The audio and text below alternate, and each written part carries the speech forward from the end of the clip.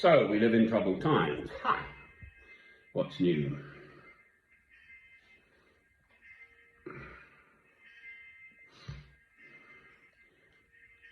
Christ's example was utterly clear. He allowed himself, through God's will, to be crucified. He knew he would rise again, but he actually had to go through the process of everything that happened to fulfill God's will. That is the clear example Christ has given us.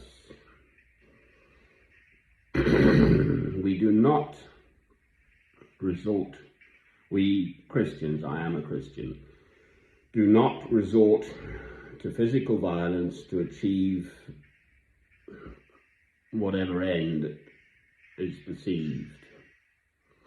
Full stop, no discussion, no argument. I've just looked up Martin Luther King Jr., who's commemorated at the moment. I see he only died at the age of 39 years old. He was assassinated in 1968. Shot. He was shot. But he'd been sort of fomenting peaceful action in Washington, D.C. and in America and so on.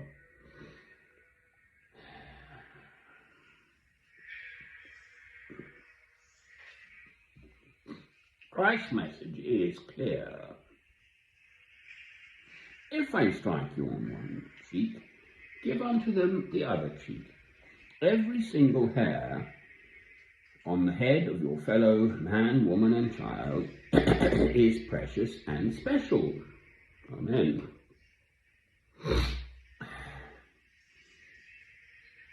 Yes, the Old Testament is awash with actual violence, I'm afraid. And it is difficult to sort of explain that. How could God have been the God of his chosen people, the Israelites, the Jews, the Hebrews, with all that violence in the Old Testament? And then Christ came. But Christ came to give us his eternal example of love. And love can never include violence, even the thoughts of violence. Amen. It's clear, to me at least.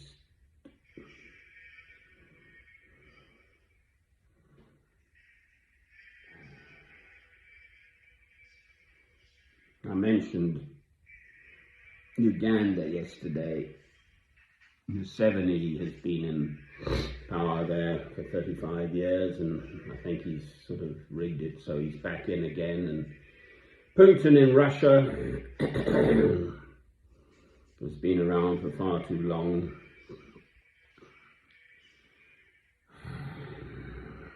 Xi Jinping of China. We do need someone to run the country. I mean, physically, practically, we need human beings prepared to take on the job of running the country. So, in general, one would wish them well. The Prime Minister of my own country, Britain now, quite frankly, I think is an absolute what's-it.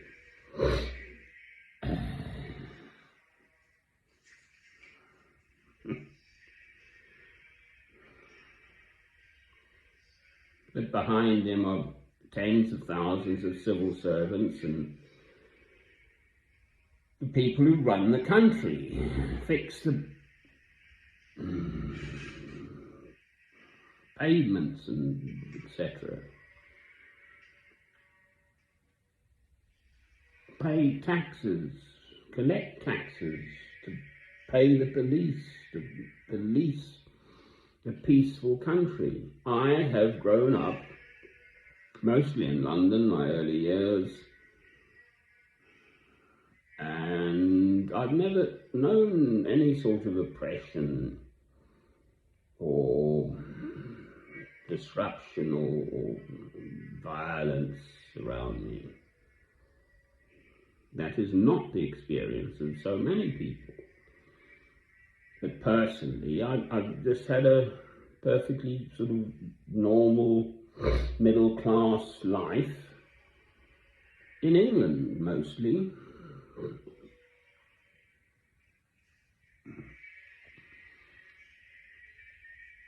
I'm growing older now. I recognize and cherish this freedom of speech.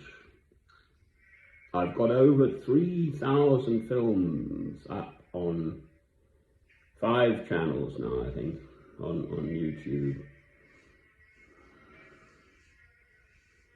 There are 5 channels I've got up on YouTube. It's not, I think it's because there's one that they did change over and I haven't got access to it any longer because I didn't give it a new email address or something. Anyway, but it is there with some 200 films in it, on it, whatever.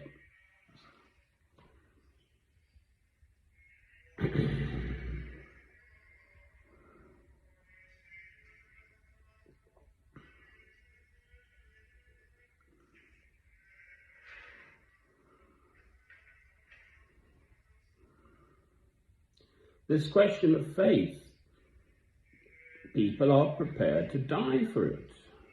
Now, you should never have to die for your faith, for what you believe. Now, there are people of many faiths or no faith.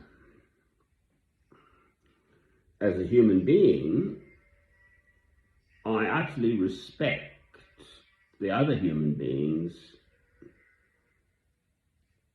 human right to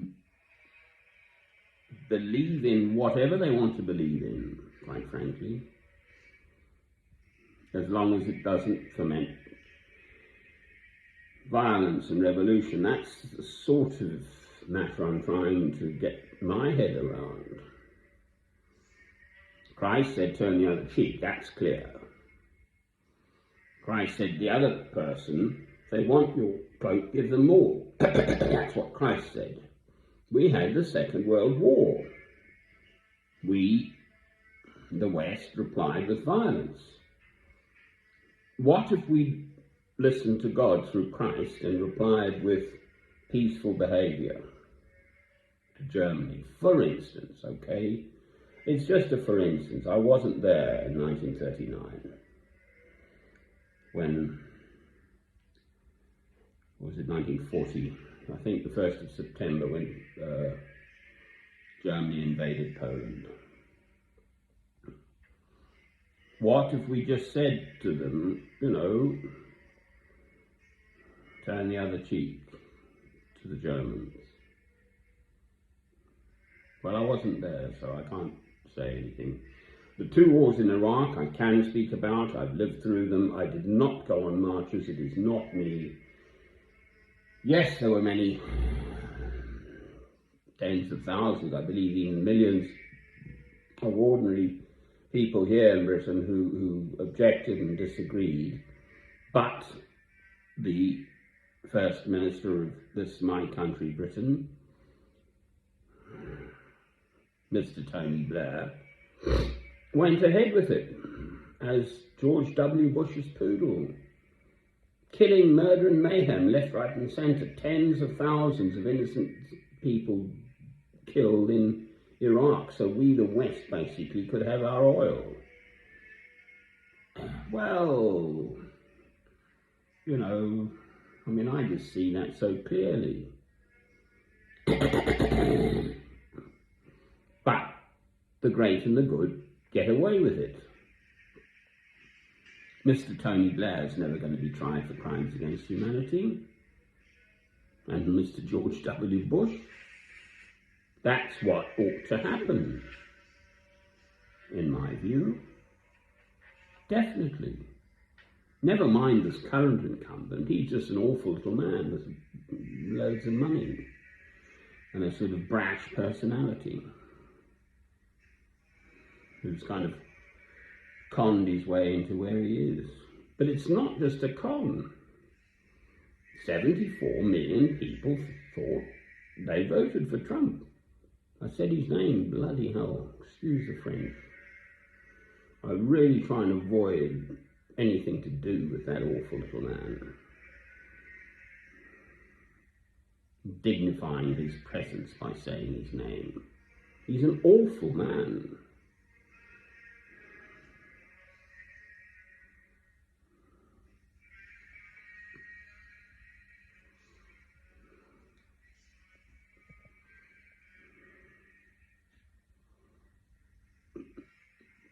One does not use violence ever, because the end does not justify the means.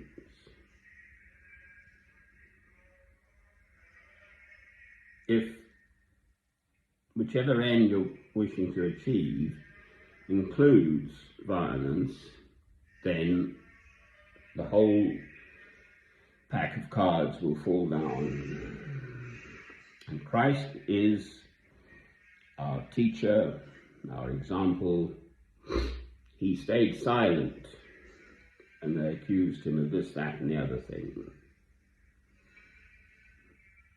He allowed himself, through God's will, to be crucified. Amen. Through God's will.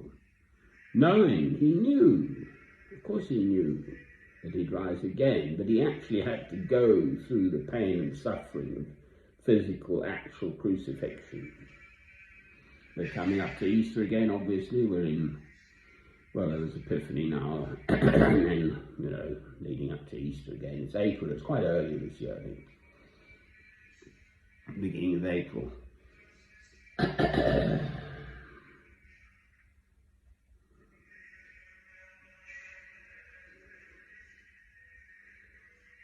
Christ's example is quite clear.